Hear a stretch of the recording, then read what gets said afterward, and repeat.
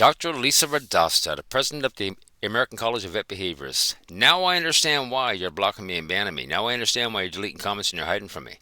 This little game of hide and seek is not going to last much longer. I can guarantee you. You're going to be facing the music. You're going to be facing the truth at some point here soon. If you want to understand an evil organization, look no further than the American College of Vet Behaviorists. And Lisa Radasta is the president of that college. 40 years ago, 8 vets got together. They created the American College of Vet Behaviorists, and they managed to legitimize themselves. And in the last 40 years, nobody's questioned anything. Nobody's been questioning dog trainers. Nobody's been questioning vets. And they've managed to do whatever the hell they wanted, became the experts, and now we're in this mess today. The whole situation right now is called Applied Behaviour Analysis. Whether you own a dog or whether you have a child, it doesn't matter. Go look up the term Applied Behaviour Analysis, and as it applies to reward and punishment. And you're going to understand. Back in 1990, I've got an article right now from Mary Birch, which is going to blow this whole thing out of the water.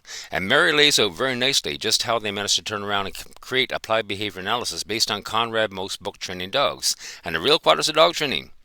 And she lays it all out as primary and secondary inducements and primary and secondary compulsive inducements. Reward and punishment, there's your cake and stick. Right? This is the entire field of applied behavior analysis, and it didn't stay in the dog industry. It went right straight into the human industry. Now we're trying to teach children using applied behavior analysis. And ladies and gentlemen, when you come to the realization that when you're trying to teach your child using applied behavior analysis, you're actually using a fucking dog trainer that's a book from a dog trainer that's 110 years old. That's the reality. Welcome to the big old scam and the big old lie from dog training.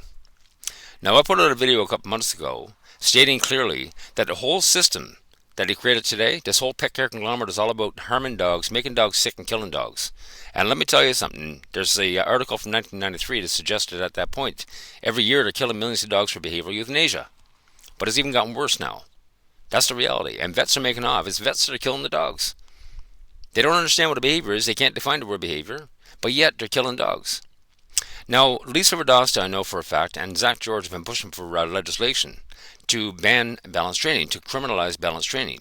And New York State and New Jersey have actually introduced legislation to criminalize balanced training, to get rid of all the tools, and then you got to start using science-based methods called positive reinforcement, which is all a lie anyway. There's no such thing as a positive reinforcement trainer. It's a primary inducement trainer. Okay? Now, understand something. People are actually cheering this on. Oh my God, it's such a great idea to get dog trainers licensed. On the face, yes. But when you understand the result, it's really going to piss you off. Zach George and people like him will not work with serious behavioral issues. They won't work with aggression. They won't work with reactivity. And guess what? When positive reinforcement becomes the only game in town, what happens to all the behavioral cases? Now we're into the field of the realm of psychopath. That's the reality. These people know that it's going to result in a whole lot of dead dogs. Dogs that are having all the behavioral issues as a result of the spay and neuter, dog food, vaccines, and everything else are going to end up dead. And guess who's going to be doing the killing and making the money off of it? Vets. This goes a whole lot deeper.